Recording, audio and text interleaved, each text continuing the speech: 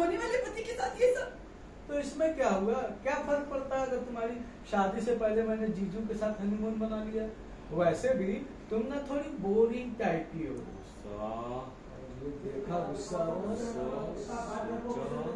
सोचा निकलो वहां से, नहीं लड़के को थप्पड़ मारेंगे। हाँ तो आएगा, लड़का आएगा ना वो इसमें। रुको रुको, आ जाओ यार, लड़का बात है। ए भाई इधर, मैं टर्न कीजिए, हाँ राइट पे आओ, अब लेफ्ट पे आओ, चेक करो उनकी बस। हाँ मैम अभी ब्लॉकिंग करना है पे, और लगा दे कार की खींच के।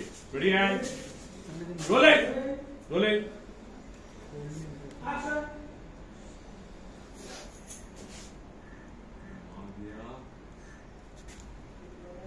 हीरो डायलॉग ले अपनी लाइन दो और इतनी हिम्मत। हाँ बिल्कुल सही है।